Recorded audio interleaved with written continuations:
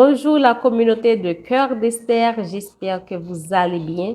Aujourd'hui, j'ai le plaisir de vous partager 4 conseils, c'est pour les célibataires, 4 conseils à mettre en pratique avant de vous marier. On sait tous, on veut se marier, on ne veut pas perdre du temps. Il y a certaines personnes qui rentrent dans le mariage, c'est parce que voilà, mon amie, elle s'est mariée, moi je suis encore là et voilà, elle tombe sur le premier venu et voilà, elle se marie. Je ne pense pas pour les chrétiens, les chrétiennes, le choix de partenaire devrait être comme ça. Donc, on peut demander à Dieu voyage, travail et tout le tralala, mais quand c'est pour faire le choix d'un partenaire, donc ça vous regarde. Dieu est dans tous les détails. Lorsque vous laissez Dieu faire, il va vous donner de bonnes choses.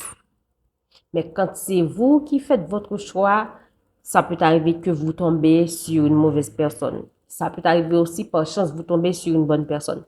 Mais au mieux, c'est de laisser Dieu faire les choses. Je ne vous dis pas de laisser Dieu faire les choses et vous restez là comme ça. Vous n'allez pas à l'église parce qu'à l'église, vous pouvez rencontrer quelqu'un. Et il faut sortir.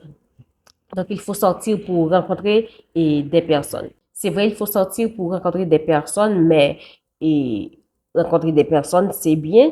Mais est-ce que c'est parce que j'ai rencontré quelqu'un et la personne me plaît et voilà, rap, et c'est la bonne, je veux me marier avec lui, non. Il y a un cheminement. Alors, bref.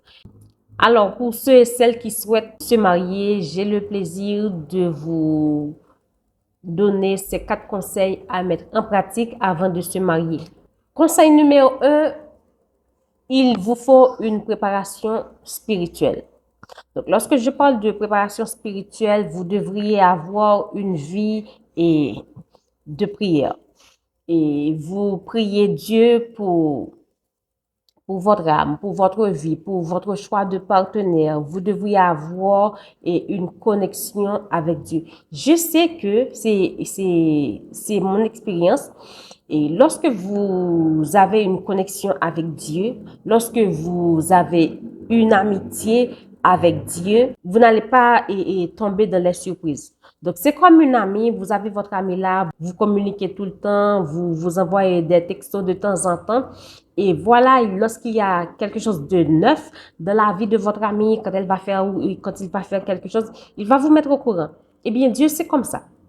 Donc, lorsque vous avez une amitié sincère avec Dieu, vous êtes toujours en communication avec Dieu, il ne va pas vous laisser tomber. Quand il va y avoir quelque chose dans votre vie, il va vous avertir. Donc, si vous fréquentez une mauvaise personne, il va vous dire que cette personne-là, c'est pas la bonne. C'est quelqu'un qui est là pour vous faire perdre votre temps et tout le cas là.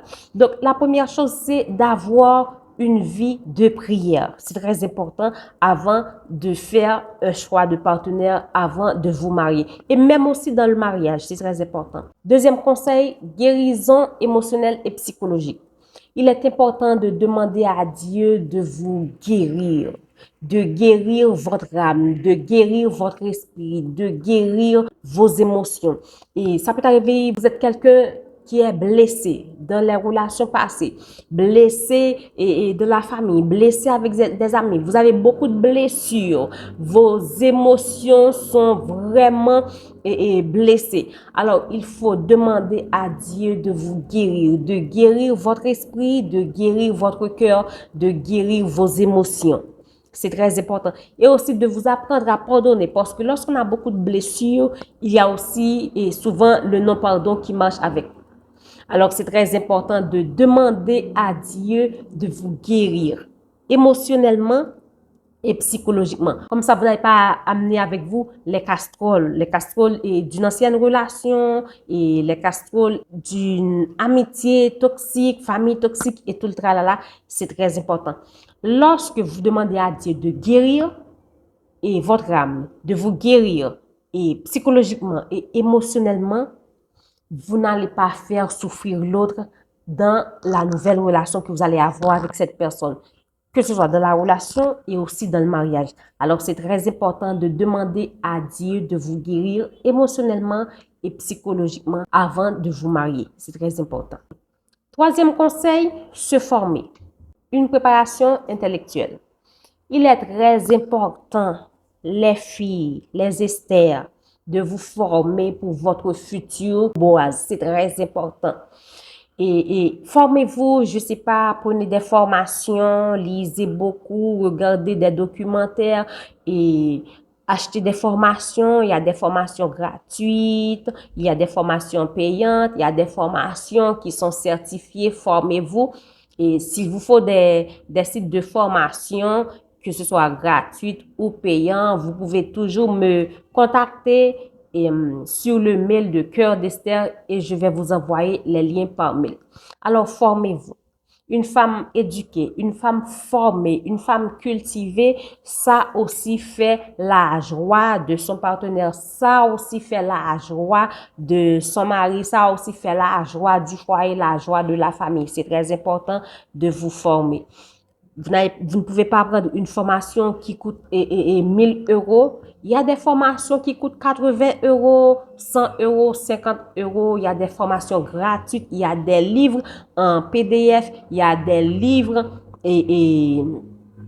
en papier, si je peux le dire comme ça, et le livre physique, c'est très important. Formez-vous, lisez, faites des recherches, c'est très important. Quatrième conseil à pratiquer avant de se marier, c'est prendre soin de son corps. Ça, c'est pas même avant de se marier.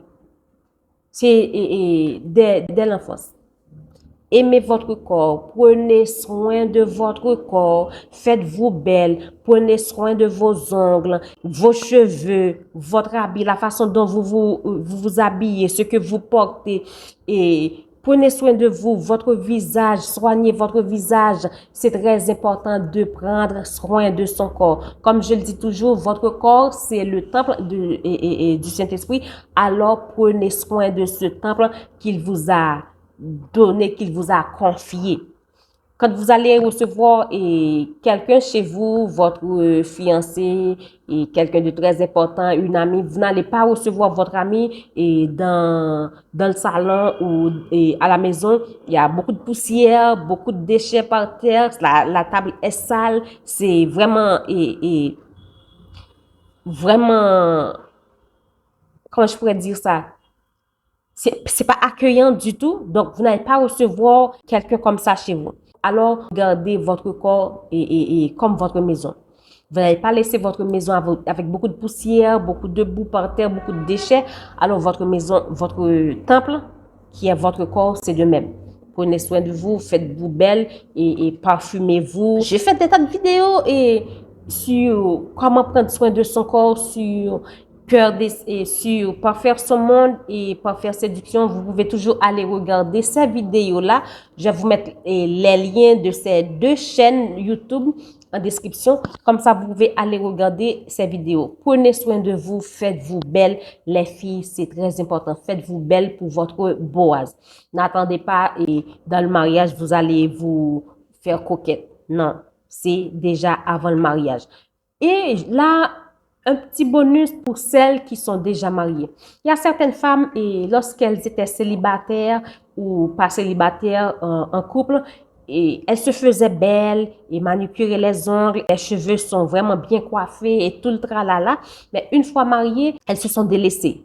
À la maison, les cheveux sont en bataille et les ongles avec les vernis sont écaillés, les ongles sont mal faits, elles sont pas coquettes à la maison juste parce que voilà, j'ai déjà l'homme de ma vie, il peut pas me tromper, il peut pas aller voir ailleurs. Donc j'ai déjà mis le grappin dessus. Voilà, maintenant je suis à lui, je peux faire tout ce que je veux. Si je veux, je me fais belle. Si je veux, je me fais pas belle. Il est déjà à moi, il va m'aimer comme ça. C'est pas vrai. C'est pas vrai. Retirez-vous ça de la tête. C'est pas vrai du tout.